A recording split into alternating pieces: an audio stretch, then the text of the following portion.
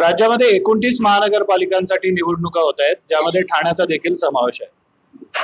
जसं पुण्यामध्ये वाडेश्वर कट्टा इथे वेगवेगळे राजकारणी जमतात आणि राजकारणाच्या निमित्तानं शहराच्या निमित्तानं शहराला नेमकं काय हवं या निमित्तानं चर्चा करत असतात.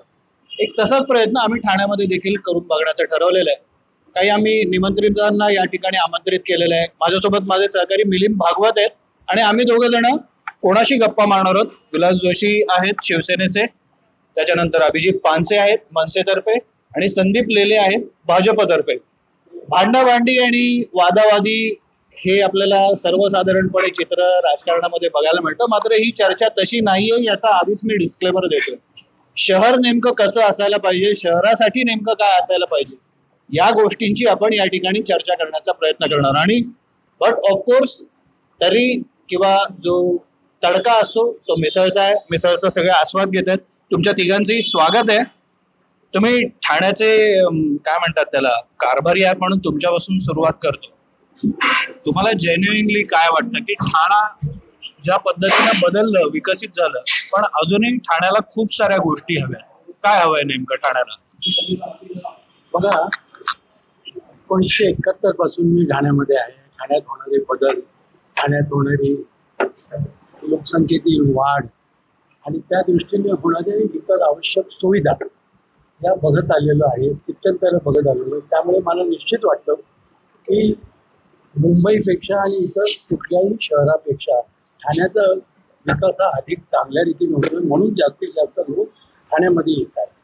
ठाण्यातील रस्ते बघा, ठाण्यातील पाण्याची सुविधा काही ठिकाणी थोडी कमी आहे, कारण विकास जास्त असल्यामुळे तिथे अधिक पाणी उपलब्ध, पिण्याचं पाणी झालं पाहिजे हे आहे. पण मुख्य म्हणजे लोकांना जाणवणारा जो भाग आहे तो घोडबंदर या परिसरामध्ये होणारी वाहतूक कोंडी.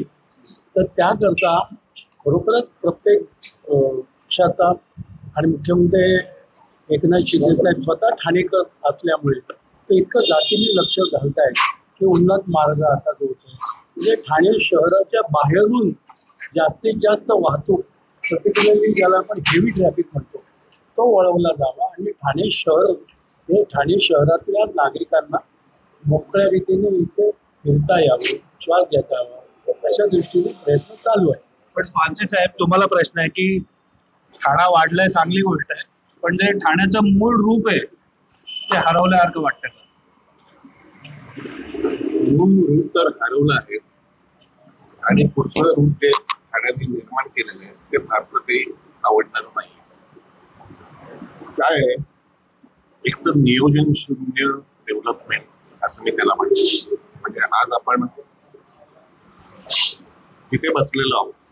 हा ठाण्यातला सर्वात बऱ्यापैकी जुना भाग आहे. ढोकळे रोड, मध्यवर्ती आणि जेव्हापासून ठाणे स्थानक निर्माण झालं तेव्हापासून जुना ठाण्यातला हा भाग. त्याच्या मागच्या इमारतीकडे तुम्ही गेला तिथे टँकरनी पाणी द्यावं. याच्यात टँकर माफिया, ते पाणी बंद करणं, नगरसेवक कसे पैसे खातात त्याच्याविषयी मी फार बोललेलो आहे. हा छोटासा भ्रष्टाचार हल्ली काही वाटत नाही. मोठमोठे म्हणजे मला तुमचं एक कौतुक वाटतं की तुम्ही बरोबर मिसळ खायला आणलं आणि हे मिसळ बघून मला या दोन्ही पक्षांची आठवण होती. मला या मिसळीमध्ये 70,000 कोटींचा भ्रष्टाचार, सिंचन घोटाळा दिसतो, आदर्श घोटाळा दिसतो, मर्डरवाले आरोपी दिसतात, सगळं दिसतं. पण मिसळ तिखट झाली पण लोकांना कळत नाही पुढे उद्या त्रास होणार आहे त्यातून. या सगळ्या भानगडीत राजकारण म्हणजे माझ्यासारख्या कलाकार माणसाला अगदी जेन्युइन होतो. आता विलास जोशी आणि संदीप माझा मित्र आहे. विलास जोशी आपली ज्येष्ठ शिवसेनेत असल्यापासून यांच्या वैयक्तिक विषय मी बोलत नाही. दोन चांगली माणसं आहेत म्हणूनच मी आला. बरोबर. शिसारी येणारं राजकारण चालू आहे. बिनविरोध हे पैसे टाकून खुले आम 5-5 कोटी दिले नाही बरोबर. हे नाही महाराष्ट्राचं ठाण्याचं राजकारण. आपण संदीपजीना काय म्हणजे अभिजितने जो आरोप केला त्याच्यातल्या काही गोष्टी तर वास्तव आहेतच ना, त्या स्वीकारायला लागतील. बरोबर आहे. दोन भाग आहेत त्याच्यातले. आता आपण ठाण्यात बघूया. महाराष्ट्रातल्या 29 महानगरपालिकांच्या निवडणुका सुरू आहेत. आणि आपण ठाण्यामध्ये महिला डॉक्टरच्या समोर या मिसळमध्ये बसलेलो आहोत आहे. आपले विषय पहिले आपल्याला ठाण्यापुरते स्थानिक ठेवायचे का? मग हे काय प्रवेश वगैरे जे काय यांनी आता मुद्दे मांडले त्यावर न्यायचे. कारण मी ठाण्याचा कार्यकर्ता आहे, ठाणे शहर जिल्ह्याचा मी अध्यक्ष आहे.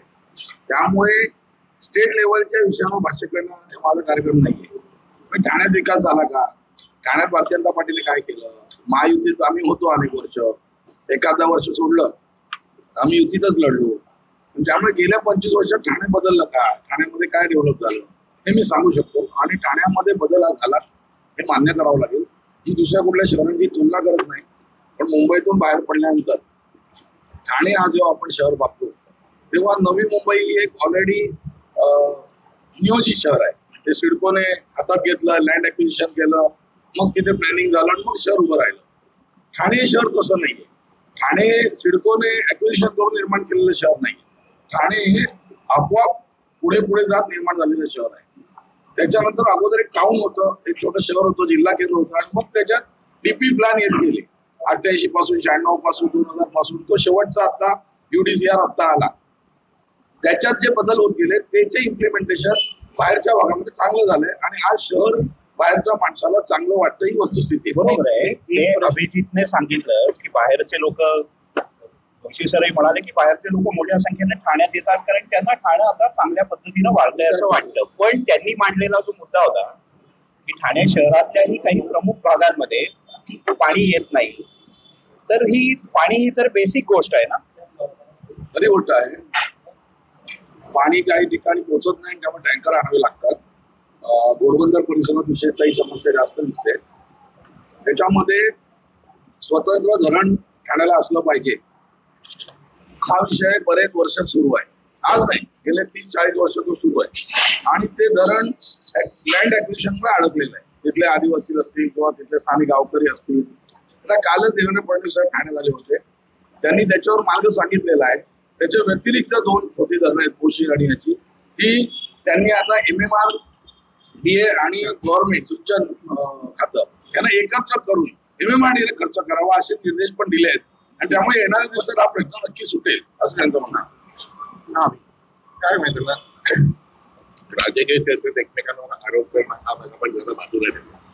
मी ठाणेकर बोलतो. माननीय देवेंद्रजी मुख्यमंत्री आहेत. बरोबर 8 वर्षापूर्वी जेव्हा कधीतरी कोणी एकेकाळी आजच्या निवडणुका जेव्हा झाल्या, त्यांचं दिव्यातून भाषण काढून ऐका तुम्ही. दिव्यामध्ये कचरा प्रश्न सोडवणार, अनुदानित इमारतींना पोसी देणार, ती डेव्हलपमेंट करणार, दिवा गाव दत्तक घेणार, पाण्याचा संपूर्ण प्रश्न सोडवणार. काय झालं? तुम्हाला एक गोष्ट लक्षात घेतली पाहिजे. त्याच्यावर काही लोक शिवसेना सोडून भाजपात पण गेले होते, ते आता परत शिवसेनेत गेले. नाही, ते कोण इकडे गेले तिकडे गेले ते तर सोडूनच द्यावं. ते कोणाचं कळत नाही. ही जी 2 नावं घेतलीत ती मला माहिती होती कुठल्या पक्षात आहे. अजून पटकन तू 2 कार्यकर्त्यांना तर मला असं वाटेल, 1 मिनिट, तू कुठल्या पक्षात आहेत पहिले, तू कुठल्या चिन्हावर जळतोय. साधी गोष्ट. संदीप लेल्या शाखेमध्ये जाणारा कार्यकर्ता, संदीप पहिल्यापासून कट्टर भाजपचा कार्यकर्ता आपण बघितलंय. शाखेत जायचा, सगळं करायचं, प्रचंड काम त्याच्या पक्षासाठी त्यांनी केलं. मुख्यमंत्री साहेब आले, पण ते राष्ट्रवादीतनं आलेल्या निरंजन डावखऱ्यांकडे चहा प्यायला गेले. भाजपची अवस्था अशी. संदीप शहर जिल्हा अध्यक्ष आहे, त्याला मित्र आहे माझं, मला माहिती आहे त्याचं किती आमचं राजकीय काही अपवाद असतील. आज भाजप मधले लोक हा विचार करतात मूळ भाजप मधले की नेमकं काय आहे. बरं, आपण संदीप लेलेंनाच विचारू, ठाण्याला अजून काय हवंय? ठाण्याला आता मेट्रो सुरू झालेली आहे, मेट्रो हवी आहे. ठाणे मुंबई कनेक्टिव्हिटी अधिक जलद व्हायला पाहिजे. ठाणे टू जे नवीन एअरपोर्ट झालंय त्याला फास्ट कनेक्टिव्हिटी पाहिजे. कारण इथून जवळजवळ एअरपोर्ट मला वाटतं 28-30 किलोमीटरच्या आसपास आहे. तेवढं त्याच्यापेक्षा थोडं कमी जास्तच आपलं सांताक्रूजचं एअरपोर्ट आहे. परंतु इथून कालच फडणवीस साहेबांनी घोषणा केली आहे की ठाणे टू जे आंतरराष्ट्रीय विमानतळ झाले पनवेलला तिथे डायरेक्ट आपण एलिव्हेटेड रोड देणार आहोत. तर लवकरात लवकर झाला पाहिजे. नियोजित आहे, वेळ जातो काम करायला, निधीचा अभाव असतो, पण परंतु त्यांनी नियोजन जसा- केलं. या दोघांनी जसा उल्लेख केला की हे सगळं होतंय हे ठीक आहे, भविष्यात होईल, पण अजूनही घोडबंदरवासी स्ट्रगल करतायत. इथे तासन तास जॅम असतो, अनेक उपाययोजना केल्या त्याच्यावर, पण काही होत नाही. अवजड वाहनांना बंदी करून बघितली. याच्यात एक कुणाला कळत नाहीये याच्यात नगरसेवकांनी केलेलं आणि काय आहे. एकनाथ शिंदे साहेब आहेत, ते फिरतात राज्यभर दिल्लीपर्यंत. त्यांनी खाली खाली जे लोक ठेवलेले आहेत ना, मेट्रोचं काम चालू आहे, ते एक मध्ये डब्बा आणून दाखवला आपल्याला, तो पुढे गेला माहिती आहे. मेट्रोला परवानगी देताना महानगरपालिकेच्या अग्रीमेंट मध्ये असं आहे की मेट्रोला जागा दिली तर इथून ते गायमुख पर्यंत service road, parallel service road पहिले बांधून मेट्रोने द्यावा किंवा बीएमसीने बांधावा, आणि तो जोपर्यंत पूर्ण होत नाही तोपर्यंत मेट्रोचं काम सुरू होणार नाही. बरोबर आहे? असं नाहीये त्याच्यामध्ये. बेसिक सुविधा मेट्रो लवकरात लवकर येणं हे नागरिकांच्या दृष्टीने आणि ज्याला पब्लिक ट्रान्सपोर्ट म्हणतो त्या दृष्टीने अत्यंत आवश्यक आहे. आता त्या अग्रीमेंट मध्ये काय आहे आणि अग्रीमेंट मध्ये काय आम्ही नाही वाचलं ना मी. हो ना, परंतु त्यावरून महत्वाचा मुद्दा असा आहे पाटील साहेब की लोकांना लवकरात लवकर मेट्रो ही सुरू करून, आणि तिथे बघितलं असेल की काही दिवसांपूर्वी स्वतः उपमुख्यमंत्री साहेब आणि मुख्यमंत्री साहेब मेट्रोमधनं काही किलोमीटरचा जो प्रवास झाला आणि लवकरच ते मेट्रो गायमुखपर्यंत आता सुरू होईल. ती एकदा सुरू झाली ना की रस्त्यावरचा जो ट्रॅफिक आहे कारचा किंवा रिक्षांचा हा कमी होणार आहे. मुंबईमध्ये तुम्ही बघता की तिथे सुद्धा मेट्रो किती उपयुक्त ठरलेली आहे. अंधेरी आणि या भागात लोक घाटकोपरला उतरले की सरळ तिथे जातात. असंच ठाण्याला होणार आहे. आणि सर्वात महत्वाचं माझी विनंती आहे की TMTच्या बाबतीमध्ये मी तिथे सभापती असल्यामुळे मला कल्पना आहे की जास्तीत जास्त इलेक्ट्रिक बसेस आल्या पाहिजेत, आणि त्याचबरोबर डबल डेकर बस जशा मुंबईमध्ये पण धावतात ना तशा ठाण्यामध्ये पण प्रशासनाने जर सुविधा दिली तर लोकांना त्याचा खरोखरच फार चांगला उपयोग आहे. ठाणे महानगरपालिका ही एकमेव महानगरपालिका आहे महाराष्ट्रामध्ये की जी एकनाथ शिंदे साहेबांनी त्यावेळेला सुचवलं, आम्ही विनंती केली आणि त्यांनी त्वरित मान्य दिली. 60 वर्षावरील स्त्री पुरुषांना विनामूल्य प्रवासाची सुविधा देणारी TMT ही पहिली सुविधा देणारी आहे. किती लोकांना सुविधा आहे म्हणून तर लोक येतात ना ठाण्यामध्ये. बरं, एक या सगळ्या विकासाच्या गप्पा सुरू असताना राजकारणाकडे बघण्याचा लोकांचा दृष्टिकोन याच्यावर देखील चर्चा होणं गरजेचं आहे. आता याची 2 कारणं आहेत. एक म्हणजे गेल्या काही दिवसात फोडाफोडीचं राजकारण, पळवापळवीचं राजकारण जो तुम्ही उल्लेख केला, त्याच्यानंतर झालेल्या युत्या आघाड्या राज्यामध्ये, ठाकरे बंधूंची युती असेल किंवा वेगवेगळ्या युती असतील, काही ठिकाणी मित्र असतात, काही ठिकाणी एकमेकांच्या विरोधात काढतात. लोकांच्या दृष्टीनं या सगळ्या गोष्टी बघत असताना हे राजकारण काय चाललंय आणि आम्ही नेमकं कोणाकडे बघतोय, आमचा उमेदवार कोण, आम्ही कोणाकडे बघून मतं द्यायची, असा प्रश्न पडणं स्वाभाविक आहे. हे असं किती काळ चालणार, हा तुम्हाला तिघांना प्रश्न आहे.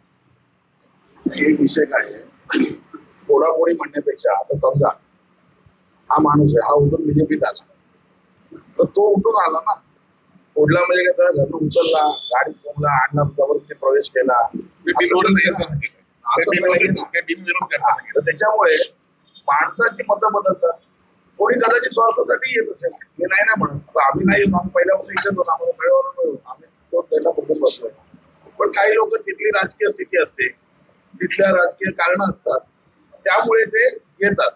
आता कालच एक दुकानात चांगले कार्यकर्ते ठाण्यात आले, त्यांचं म्हणणे आमच्यावर अन्याय झाला एवढे वर्ष, आता ज्याला काहीच मिळत नाही तो पण काही कुठेतरी वाट शोधतो. हे ह्या प्रक्रिया घडतात, त्याच्यात घेणाऱ्याची प्रत्येक वेळी चूक नाही. शेवटी हे राजकारण आहे. एक लक्षात ठेवा, राजकारण म्हणजे काय अशी गोष्ट नाही की तिथे आध्यात्मिक करण करायचं का काही प्रवचन द्यायचे. ते ठिकाणच तसं आहे, तिथे तुम्हाला युद्धच करते, पूर्व प्रत्यक्ष युद्ध व्हायची, गनिमी कामे व्हायचे, अजून काय काय गोष्टी व्हायच्या. आता ते लोकशाही मार्गाने आपल्याला करावं लागतं. त्यामुळे तुम्ही एकदम त्याच्यावर जे अटॅक करता हे चुकीचं आहे, प्रवेश वगैरे, ते काय मला अभिजितला बरंच काय काय सुचायला लागले. संदीपजी असतील, विलास जोशी आता चाललेलं, आता तो ते बोलू शकत नाही ऑन स्क्रीन, तर तुमच्या समोर बोलू शकत नाही. असं इथे हात ठेवला ना संदीप लेले सारख्या माणसाने, तर त्यांना पसंत नाही ते भाजपत चालले. विलास जोशींनी हात ठेवा इथे आणि सांगावं खरी शिवसेना कोणाची, मनातलं उत्तर ते जाहीर देऊ शकत नाही. शिवसेना बाळासाहेबांची अनेक जणच म्हणतात. शिंदे साहेब पण म्हणतात की शिवसेना बाळासाहेबांची स्वप्न आणि त्यांच्या आदेशानुसारच आम्ही काम करतो. बाळासाहेबांची शिवसेना ही त्याच्यानंतर कोणाची आहे मला माझं म्हणणंच नाहीये काही. ते राजकारण ते चिन्ह काय फॉर दॅट मॅटर राष्ट्रवादी कोणाची असं इथे हात ठेवून म्हणावं कोणाची आहे. पण लोकांना वाटतं ना, लोक आपण हे काय राजकारण बघतोय, हा काय चिखल झालं, काय सांगतो मी तुम्हाला. नाही खरंच उद्विग्न करणार आणि मी मगाशी वापरला तो शब्द शिसार येणार. मला तर असं बघून माझ्यासारखं काय, आता मी काय हार्डकोर मी पॉलिटिशियन नाहीये, मला वयाच्या या वयात कळलं मला त्रास होतो. आता 2 पक्ष बदले, ते सत्ताधारी त्यांना विकासाबद्दलच बोलावं लागेल. ठाण्यात काय आहे रे, ठाणेकर असतं ट्रॅफिक, अर्ध आयुष्य आपलं ट्रॅफिक मध्ये संपतं. बेसिक पाण्याकरता टँकर यावं लागतं. घोडबंदरला मोठमोठ्या इमारत चुथडा करून ठेवलाय, सगळी झाडांची कत्तल केली. AQI एअर क्वालिटी इंडेक्स, पर्यावरण कशाची खातात हे लोकांना माहितीये का? या लोकांना आज तुम्हाला लक्षात येत नाही. 0 ते 50 म्हणजे उत्तम हवा, 50 ते 100 म्हणजे त्यातल्या त्यात श्वसनाची चांगली हवा, 150 पर्यंत चला जरा धोकादायक हवा तरी आपण घेतोय. तुम्ही 150 या सगळ्यांना एकत्र का नाही आणत? म्हणजे जबाबदारी सगळं करतो मी. 150 वर ठाण्याचा AQI आहे 247 ते 300. याच्याविषयी कोण काही करणार आहे का? मग येणाऱ्या मुलांना, पोटातल्या मुलांना, येणाऱ्या लहान लहान मुलांना श्वसनाचे गंभीर आजार होणार.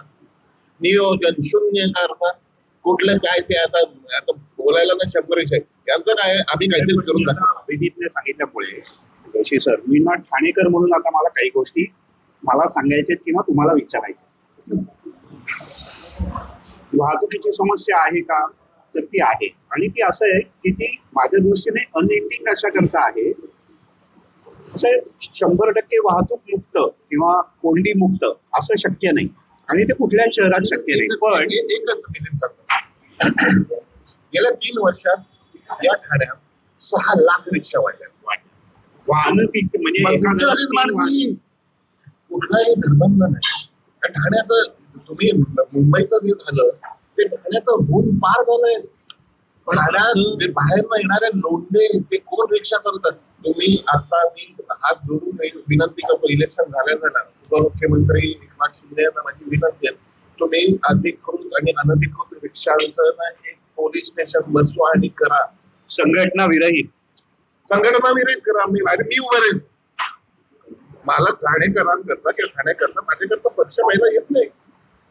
गोष्ट अशी 6 लाख रिक्षा, हे सगळं कोणीचं हे कारण तुम्ही खोलात शिरलात तर कळेल. तुम्ही कारभारी आहात, तुम्हाला जे काही प्रश्न विचारले, मी कार्यकर्ता आहे आणि तुम्हाला सांगितलं की गेल्या अनेक दशकांपासून एकाच पक्षात म्हणजे शिवसेनेतच काम करतो आहे. त्या पक्षाची ध्येय धोरणे जी आहेत ती अतिशय उत्तम आहेत आणि 80% समाजकारण 20% राजकारण या धोरणानेच आम्ही चालतो. एकनाथ शिंदे साहेब यांनी जो मुख्य नेता म्हणून जे ध्येय धोरणं शिवसेनेची आहेत, बाळासाहेबांचे विचार, धर्मवीर दिघे साहेबांचे विचार, हे जे त्यांना पटलेले आहेत, हिंदुत्वाचे विचार, त्या दृष्टीने विकास चालू आहे. आणि हे बघा, कुठल्या दुकानात गर्दी असो, ज्या दुकानात वस्तू स्वस्त मिळतात किंवा चांगली मिळतात प्रति, त्या ठिकाणी ठाणे शहराचं तेच आहे. ठाणे शहरात चांगली सुविधा उपलब्ध आहे, नागरी सुविधा आहे. काही थोडे प्रश्न आहेत, परंतु कम्पेअर टू दुसऱ्या शहरांशी तुलना करता इथे अधिक चांगलं आहे. म्हणून ठाण्यामध्ये लोक येतात आणि या ठाणेकरांना अधिकाधिक चांगली सुविधा देण्याचा प्रयत्न युती करणार आहे. काय लिहिले साहेब, बरोबर ना? आपण जास्तीत जास्त सुविधा देण्याचाच प्रयत्न करतोय. अहो, मी अभिमानाने सांगू शकतो की धर्मवीर दिघे साहेबांची जी गणेश दर्शन स्पर्धा होती त्या स्पर्धेमधले एक परीक्षक म्हणून जसं आम्ही त्यांच्या बरोबर असायचो कार्यकर्ते, त्यावेळेला स्वतः पानसरे साहेब पण असायचे.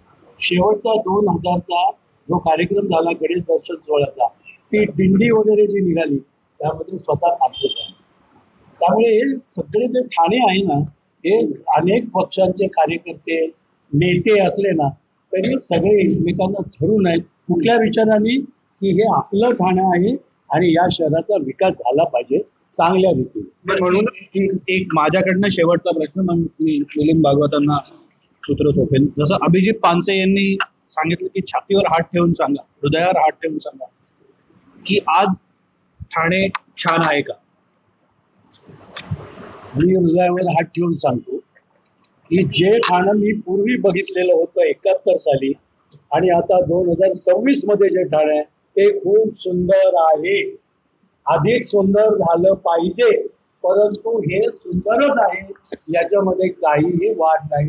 आणि पूर्वी ज्या सुविधा होत्या त्यापेक्षा अधिक सुविधा, इस्पितळं म्हणा, शाळा म्हणा, कॉलेजेस म्हणा, ते किती आपल्या गाण्यामध्ये मिळतंय ना.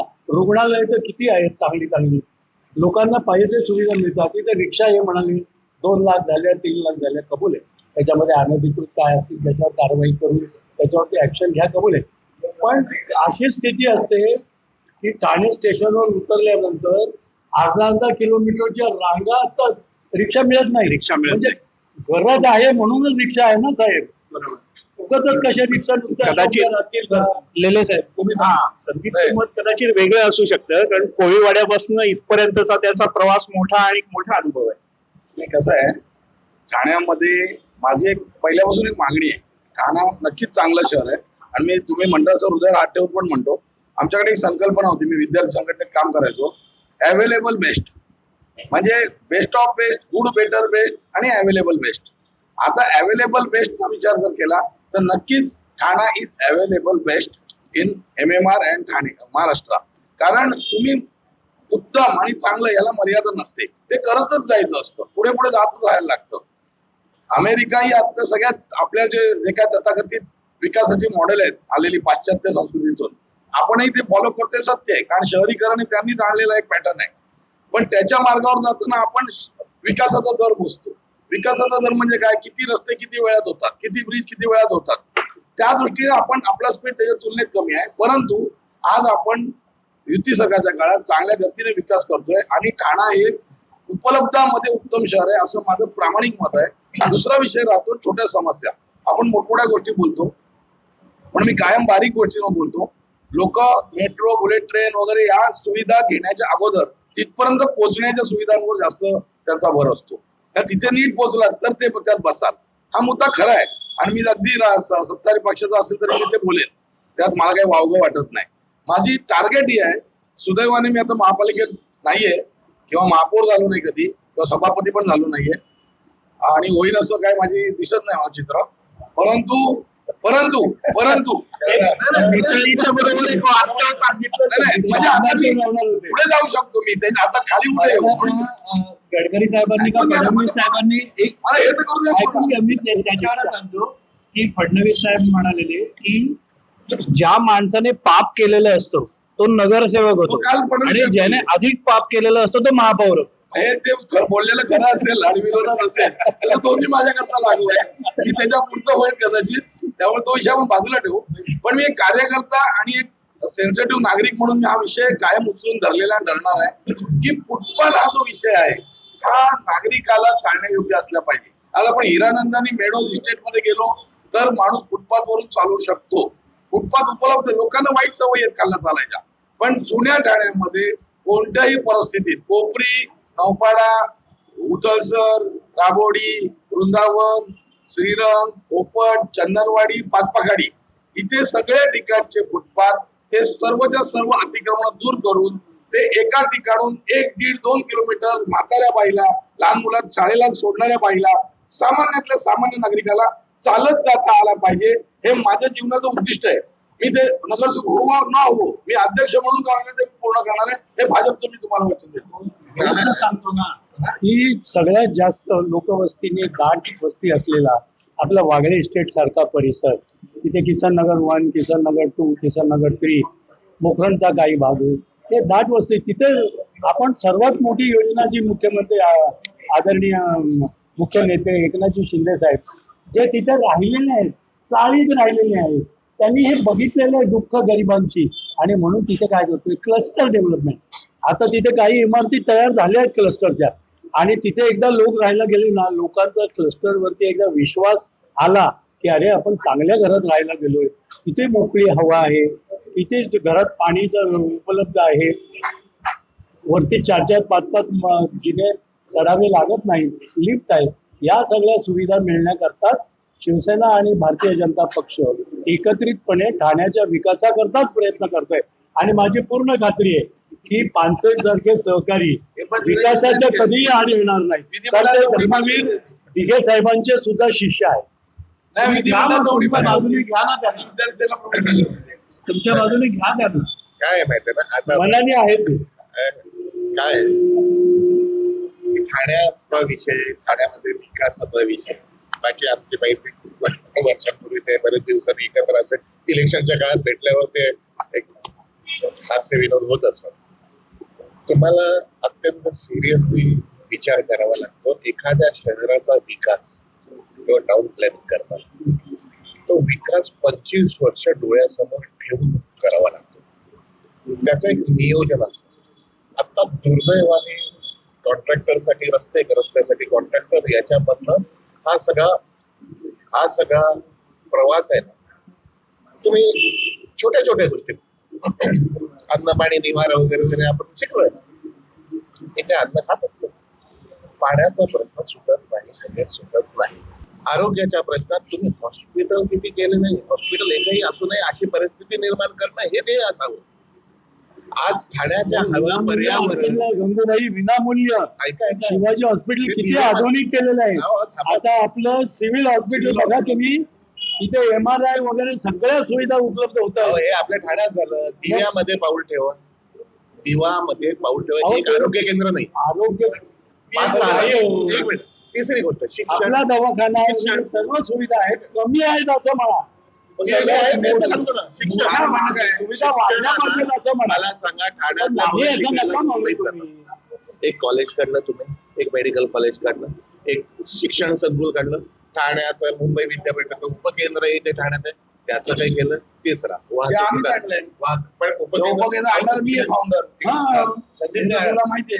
तिकडे आता सध्या म्हशी चालतात आता इथून कॅमेरा घेऊन जाऊ हे बघा निधी उपलब्ध व्हायला पाहिजे. किती वर्षापूर्वी आणलं आणि विद्यापीठ 1997 साली मी मंजूर केलं 2004 साली महापालिकेने ते ऍक्सेप्ट केलं आणि मला वाटतं 8-10 साली ते आले अंदाजे मला एक्झॅक्ट माहित नाही. 2008 साली 10 साली आलं आज 2026 मध्ये होतं 16 वर्ष तिकडे म्हशी उपकेंद्र म्हणून ते आलं उपकेंद्र म्हणून आलं त्याला कॉन्ट्रॅक्ट करून आपण अजून एकदा ट्रॅफिक योजना कागदावर ठेवून चालत नाही तो म्हणजे योजना आहे ते त्यांनी agree केलं. निवडणुकीच्या पार्श्वभूमीवर आता बसलोय आपण जनरल काय समीक्षक आणि अभ्यासक म्हणून चर्चेला बसलो नाही हे वस्तुस्थिती आहे. निवडणुकीची पार्श्वभूमी अभिजित माझा जुना सहकारी मंत्री आपल्या याच्या युवा सेनेपासून चराईत राहायचं तेव्हापासून जोशी काकांचं आमचे आदरणीय आहेत. आता मी याच्यात काय म्हणतो या अभिजितला की सगळं ठीक आहे अख्खा सफेद कुर्ता घातला ना की त्याच्यावर 2-3 डाग दाखवणं सोपं असतं. तुम्ही तो कुर्ता घालून अख्खा सफेद ठेवून दाखवायला पाहिजे. लोक बेटर ऑप्शन शोधत असतात. मी काय म्हणतात अवेलेबल बेस्ट आम्ही बेस्ट आहोत हे आम्ही म्हणत नाहीये पण जनता अवेलेबल बेस्ट बघते. आधी मी पुढे जाऊन बोलतो आमच्यावर येईल असं काँग्रेसच्या काळात जोपर्यंत विरोधी पक्ष पुढे आला नव्हता सक्षम वाटत नव्हता तेव्हा चरित्रवान वाजपेयी सारखे दीनदयाळ उपाध्याय सारखे नेते असून सुद्धा पूर्ण बहुमताकडे वाटचाल झाली नाही कारण बेटर ऑप्शन वाटत नव्हता. वाजपेयी आल्यावर एकदा सत्ता आली त्याच्या आधी इंदिरा गांधी राजीव गांधी मध्ये काँग्रेसची सत्ता कारण त्यांना वाटत होतं की विरोधी पक्ष सक्षम आहे का. आता विरोधी पक्ष सक्षम आहे तो देशाची सेवा राज्याची सेवा नगराची सेवा करण्यास पात्र आहे. त्याच्यासोबत जे राजकीय स्थानिक पक्ष आहेत ते देखील सक्षम पद्धतीने काम करतात आणि विकासाची गंगा दिल्लीपासून दिल्लीपर्यंत वाहिली पाहिजे या दृष्टिकोनाने लोक मतदान करत आहेत. त्यामुळे तुम्ही त्याला बेटर ऑप्शन देता आला पाहिजे आयदर उमेदवारांच्या माध्यमातून किंवा तुमच्या धोरणांच्या माध्यमातून. तुम्ही हे सगळं कसं सोडवणार त्याच्यावर उत्तर द्यायला लागतील. शेवटचा एक मिनिट राष्ट्रीय पक्ष आणि राज्यस्तरीय पक्ष दोघं एकत्र येऊन महाराष्ट्राचाच विकास म्हणजे 29 महानगरपालिका म्हणतायत म्हणून सांगतो. या महानगरपालिकांच्या माध्यमातून खऱ्या अर्थाने महाराष्ट्राचा सर्वांगीण विकास होईल याच्यामध्ये कुठलाही शंका लोकांच्या मनात नाही.